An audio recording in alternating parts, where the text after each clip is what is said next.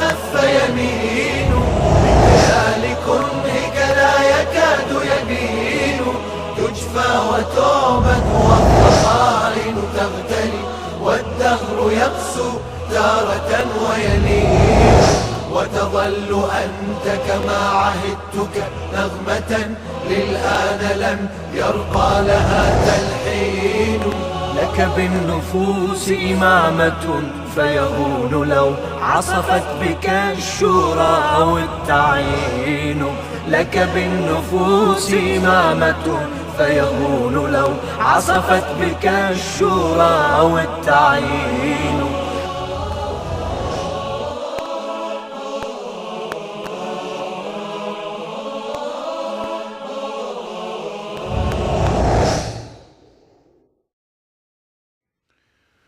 بسم الله الرحمن الرحيم.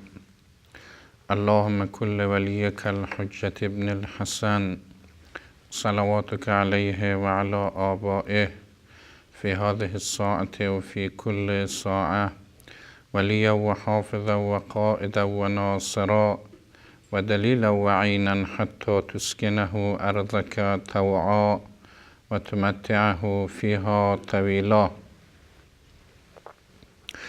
در درس قبلی اشکالات مربوط به امامت سایر امامان اهل بیت علیهم السلام که اغلب این اشکالات درون مذهبی و در داخل جامعه تشیع مطرح شده بود طرح و بررسی گردید.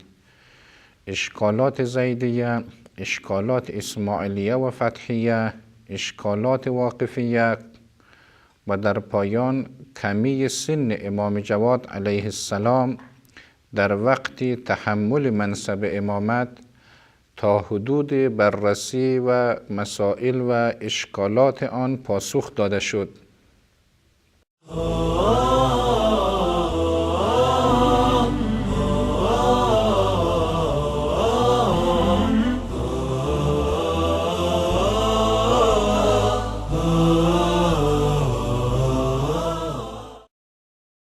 در این درس با استعانت از خداوند متعال وارد بحث مهدویت می شویم و در اولین درس ولادت امام دوازدهم علیه السلام بررسی می شود. از حدود قرن چهارم هجری هست که علما و بزرگان تشیع دست به قلم شده اند و تا عصر حاضر در رابطه با مهدویت نوشته اند. تعداد از علمای شیعه گاهی چندین اثر را در خصوص مسئله مهدویت از خود به یادگار گذاشته‌اند. این همه توجه و اهتمام به مسئله مهدویت خود نشان دهنده این نکته است که این مسئله چالش‌زا بوده است، محل اعتراض بوده است و احیانا سوالات مطرح می شده است. در حدی که معلومات بنده اجازه می دهد بعد از امیر المؤمنین علی علیه السلام راجع به هیچ امامی به اندازه امام دوازدهم حضرت حجت علیه السلام در جهان تشیع کتاب و مقاله تألیف نشده است و این خود نشان دهنده اهمیت و نشان دهنده همون نکته هست که مسئله مهدویت همیشه چالش‌زا بوده است.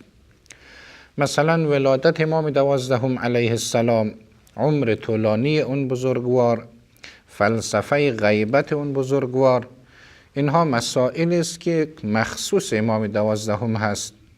کمی سین در امام جواد علیه السلام و بعضی ائمه دیگر در جهان تشیع تجربه شده بود.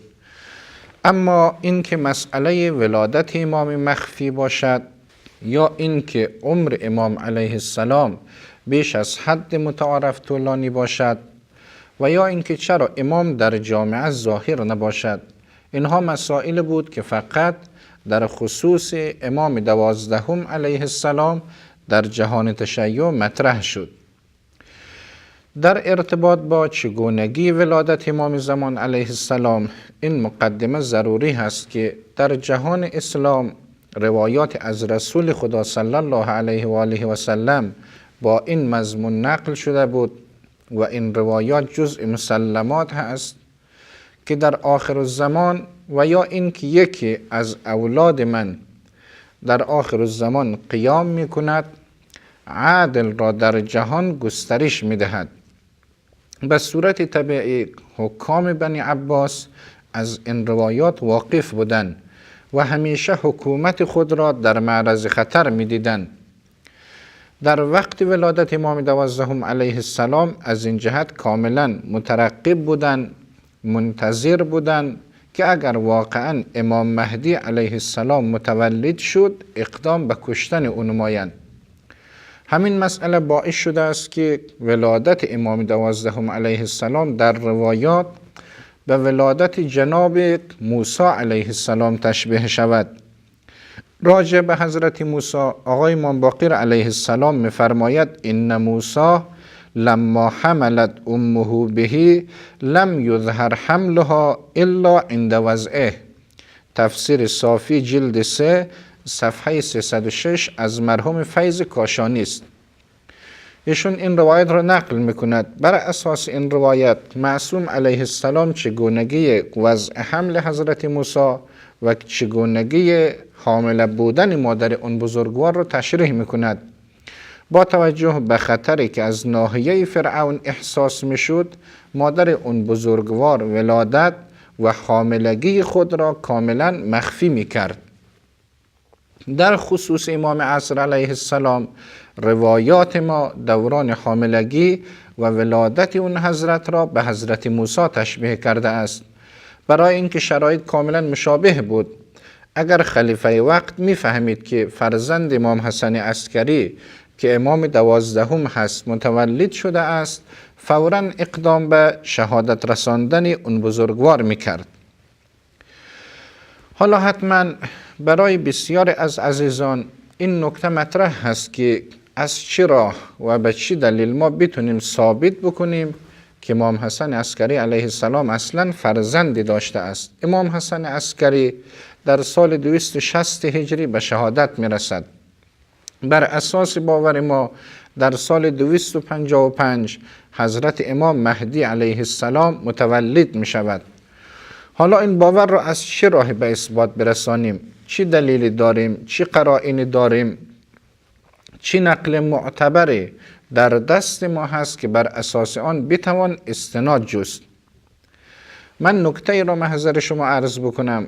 با توجه به مخفی بودن ولادت امام عصر علیه السلام و با توجه به عمر طولانی اون بزرگوار و با توجه به این که از چشمه ها مخفی هست، خود به خود مسئله مقدار غیر طبیعی جلوه می کند. در مسائل غیر طبیعی و غیر حسی به صورت طبیعی ما انسان ها درباور هستیم. لذا ممکن است در قضیه ولادت در موارد دیگر انسان با یک خبر مطمئن بشود، اینکه کسی محل اعتماد خبر بدهد که خدای سبحان به من فرزندی داده است، ما از او میپذیریم و مطمئن میشویم. اما در خصوص امام زمان علیه السلام عرض کردم با توجه به مجموعه حالات و شرایط ما نیازمند مجموعه قرائن و دلیل قوی هستیم که حتی انسان درباور ذهنی که ممکن است یک سلسله شبهات داشته باشد هم از منطق ما قانع بشود. برای همین اساس هست که بنده با استفاده از روش گردآوری قرائن و تجمیع قرائن کوشش میکنم و به عقیده خودم مجموعه این قرائن به راحتی برای هر انسانی در خصوص این موضوع جذاب و میتواند اطمینان بخش باشد. اولین قرینه‌ای که ما اینجا داریم خود اقرار و تصریح امام حسن عسکری علیه السلام هست. امام حسن عسکری اقرار کرده است و خودش میفرمود که خدای سبحان برای من فرزند داده است. در روایتی کاملا صحیح السند از ابو هاشم جعفری که خودش از یاران امام حسن عسکری علیه السلام هست، خلاصه مفاد روایت این هست که ایشون از امام حسن عسکری علیه السلام سوال میکند که آیا شما فرزند دارید؟ امام علیه السلام در پاسخ ایشون می‌فرماید که بله، خدای سبحان برای من فرزندی داده است. در کتاب دفاع عن الکافی که این کتاب تقریبا کتاب بسیار مفیدی است در این موضوع، جلد 1 صفحه 170 به بعد می توانید مراجعه کنید. در هر صورت این روایت که از نظر اهل فن، از نظر سند کاملا اعتبار دارد، از نظر دلالت هم هیچ گونه اشکالی ندارد. مثل این نقله های دیگری هم داریم. اگر همین کتابی که عرض کردم مراجعه بکنید، موارد دیگری را ایشون اونجا جمع آوری کرده است. پس میبینیم که امام حسن عسکری خودش اقرار داشت بر طبق نقل و خودش به صراحت میفرماید که من صاحب فرزند هستم.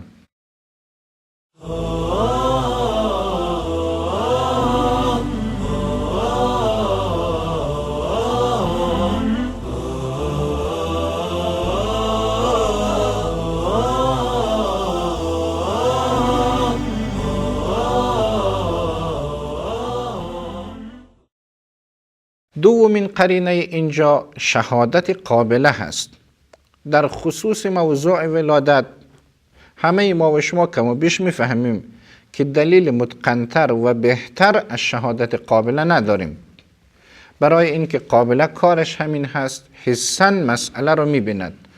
قابله حضرت مهدی علیه السلام حکیمه خاتون دختر بزرگوار امام جواد علیه السلام هست، عمه امام حسن عسکری علیه السلام و خواهر امام هادی علیه السلام. این خانم بزرگوار که هم خواهر امام هست، هم دختر امام هست و هم عمه امام هست، خودش جریان ولادت را مفصل نقل میکند و از زبان ایشون این روایت در کتب حدیثی شیعه نقل شده است. از جمله در همین کتاب دفاع عن الکافی جلد 1 صفحه 171 شما عزیزان می توانید مراجعه بکنید. پس اینکه قابله بیاد تفاصیل ولادت را، لحظه ولادت را، وضعیت روحی مادر را، واکنش امام علیه السلام به بعد از تولد فرزند، واکنش خود فرزند بعد از ولادت، تمام این نکات را مو به مو و دقیق این خانم بزرگوار در این روایات نقل فرموده است. بنابراین شهادت قابله قرینه دیگری است که ما را به ولادت امام 12 علیه السلام مطمئن میکند.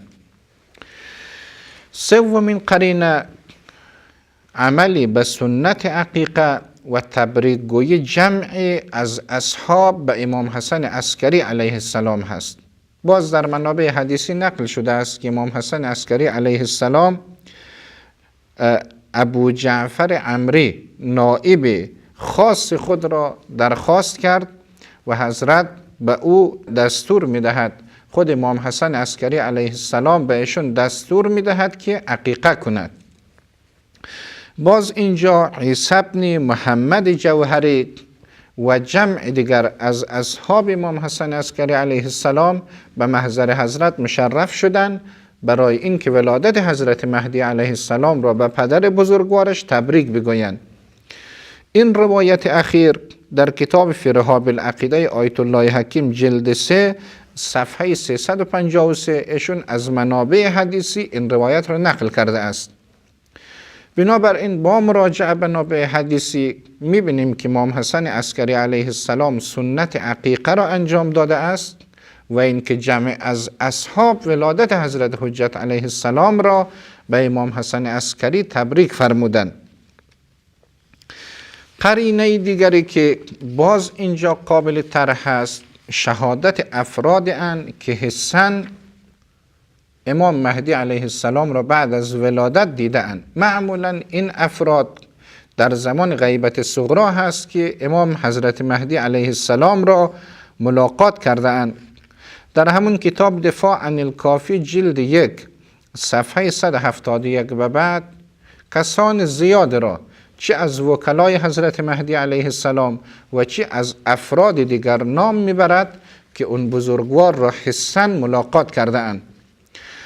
من به عنوان نمونه یک روایت کاملا صحیح السند و کاملا معتبر را که مربوط به دیدن امام مهدی علیه السلام می شود محضر شما نقل می کنم. عبدالله ابن جعفر حمیری نقل می کند که من و ابو عمرو که خودش از نواب حضرت مهدی علیه السلام هست با احمد ابن اسحاق در یک جلسه جمع شدیم. احمد ابن اسحاق به من اشاره کرد، به من فهمان که از ابو عمرو که خودش از نواب حضرت هست سؤال بکن در رابطه با امام علیه السلام.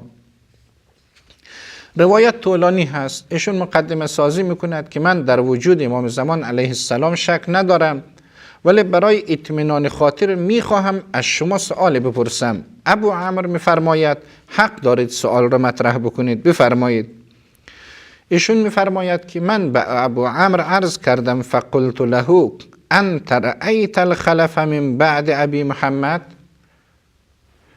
آیا شما حضرت مهدی علیه السلام را بعد از فوت امام حسن عسکری علیه السلام دیده اید؟ هر سه این بزرگوار از اجلای شیعه هستند. ابو عمرو کاملا محل اعتماد جامعه شیعه اون روز بود. ایشون با قاطعیت در جواب میفرماید فقال ای والله، بله قسم به خدا من با چشم سرم امام مهدی علیه السلام را دیدم. در کتاب شریف کافی جلد 1 صفحه 329 حدیث 1.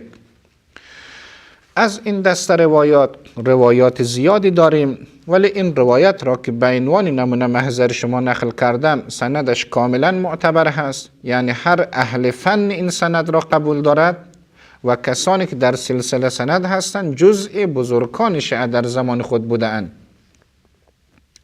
این قرینه نسبتا مهم است. قرینه بعدی دیگر برای اثبات ولادت حضرت مهدی علیه السلام وجود وکیلان و نواب خاص هست. حضرت مهدی علیه السلام از وقت تولدش تا سال 329 هجری که دوران غیبت صغرا باشد 4 نایب دارد. در این مدت این نواب 4 یعنی چیزی حدود 70 سال با جامعه شیعه در ارتباط هستند. جامعه شیعه از اونها سوالات مطرح می‌کردند، مشکلات خود را در میان می‌گذاشتند. نمونه‌های تاریخی هم نقل شده است.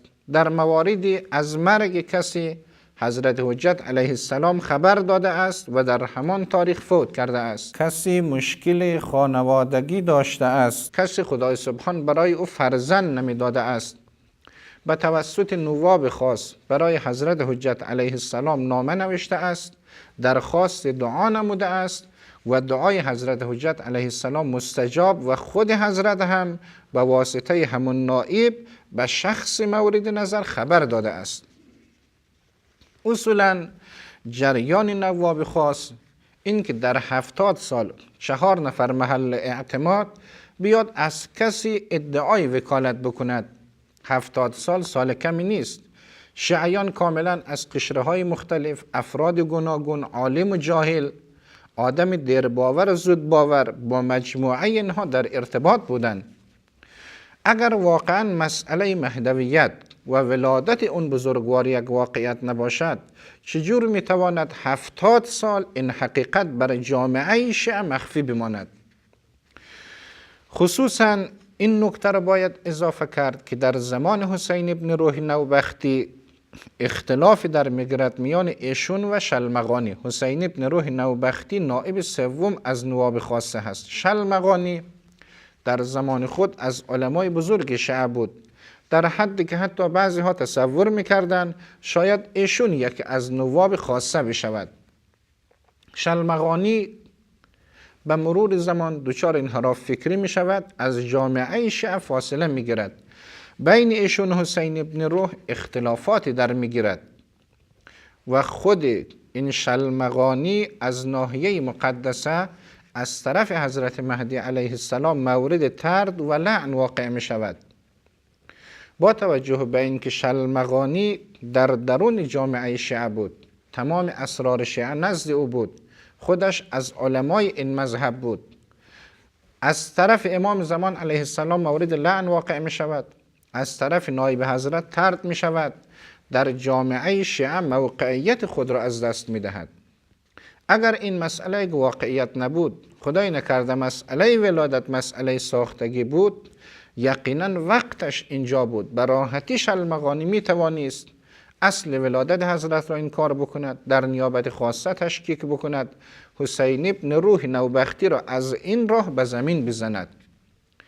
این که شلمغانی اظهار عجز میکند و به مرور زمان از جامعه شیعه فاصله میگیرد، خودش دلیل بر این هست که ولادت امام علیه السلام در حد روشن بوده است، در حد شواهد انکارناپذیر داشته است که برای امثال شلمغانی امکان تشکیک نبود.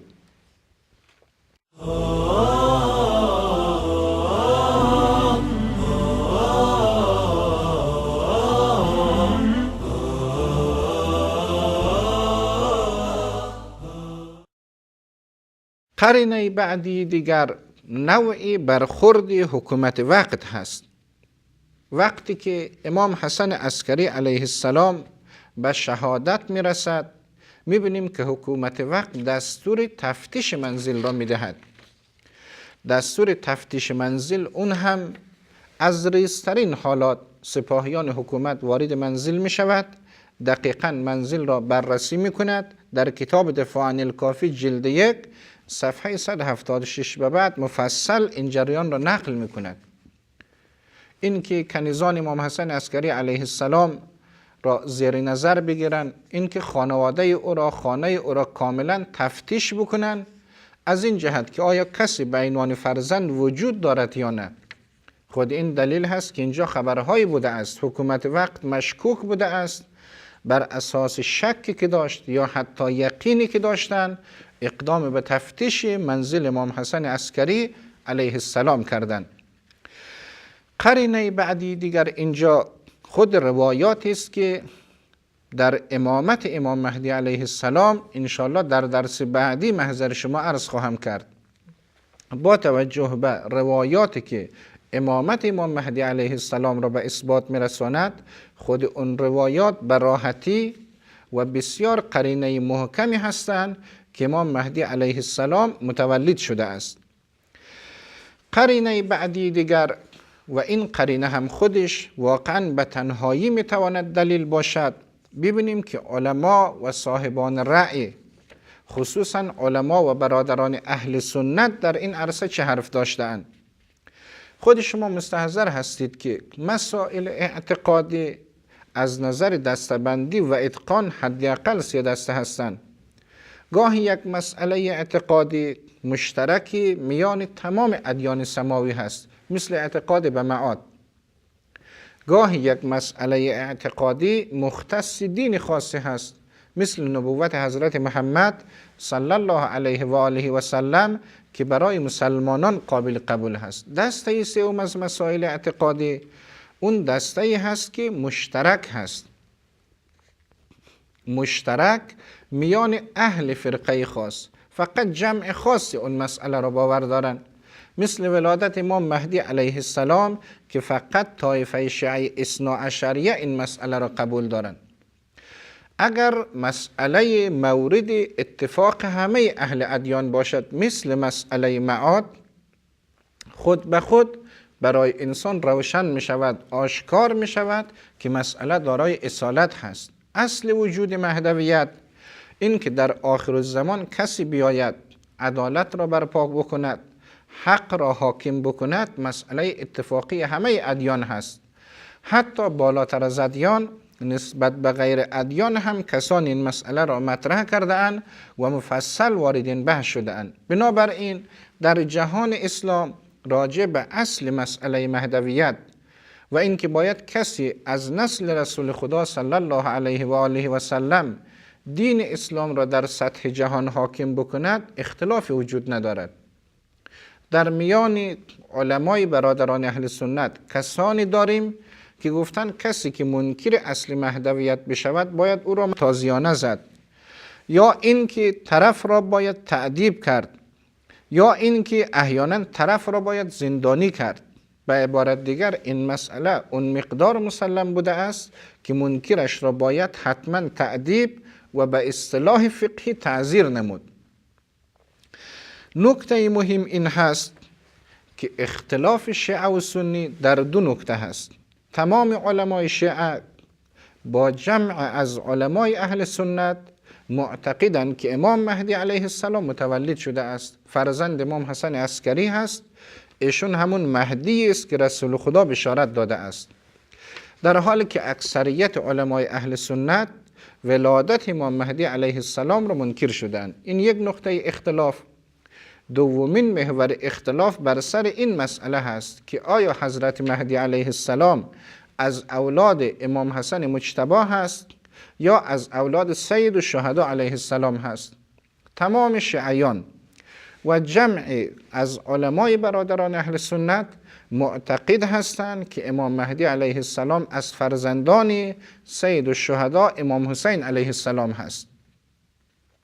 بر اساس همین باور هست که شیعیان از همون اول تا به امروز اتفاق دارند. درست است که بعد از وفات امام حسن عسکری علیه السلام شیعیان مقدار دچار تردید شدند، اشکالات پیش آمد، اختلافات مطرح شد. طبیعی هم هست وقتی مسئله امام علیه السلام امام به شهادت میرسد و بعد از اون در ظاهر امامی دیده نمی شود، باوراندن این مسئله که امام علیه السلام غایب شده است برای بسیار عزیزان ها مسئله سختی بود. جامعه شیعه هم از این حالت مستثنا نبود، ولی در دراز مدت میبینیم که قاطبه جهان تشیع بر ولادت امام مهدی علیه السلام و اینکه اون بزرگوار زنده هست وظیفه امامت را بر عهده دارد اتفاق نظر کردند. عرض کردم تمام علمای شیعه، بزرگان شیعه که بر اساس این مذهب هم دروغ هم حرام هست، بالاخره اینطور نبودن که جامعه شیعه هم انسانهای بیباکی بوده باشند.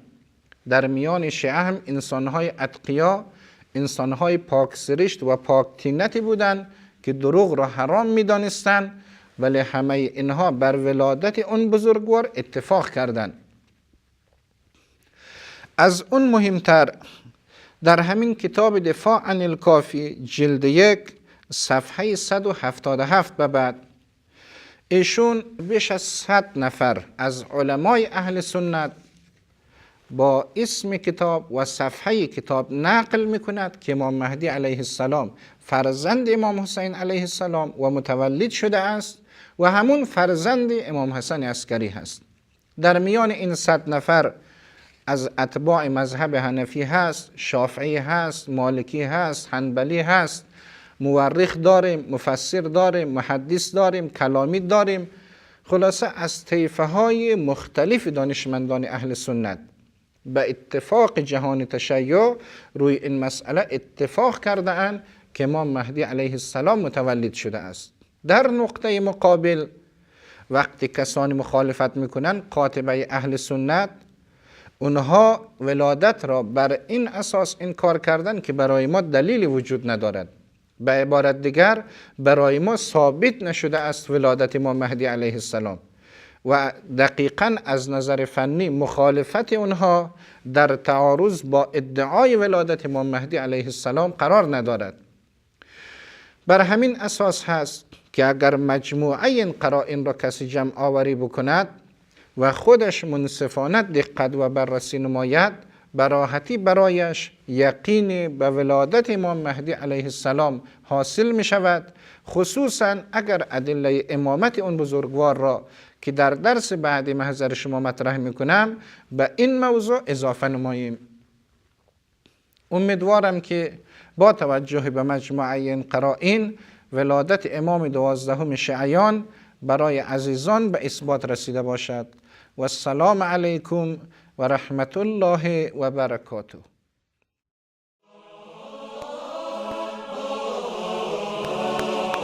غلا يسار واستخف يمين بكيال كرهك لا يكاد يبين تجفى وتعبد والضغائن تغتلي والدهر يقسو تارة ويمين.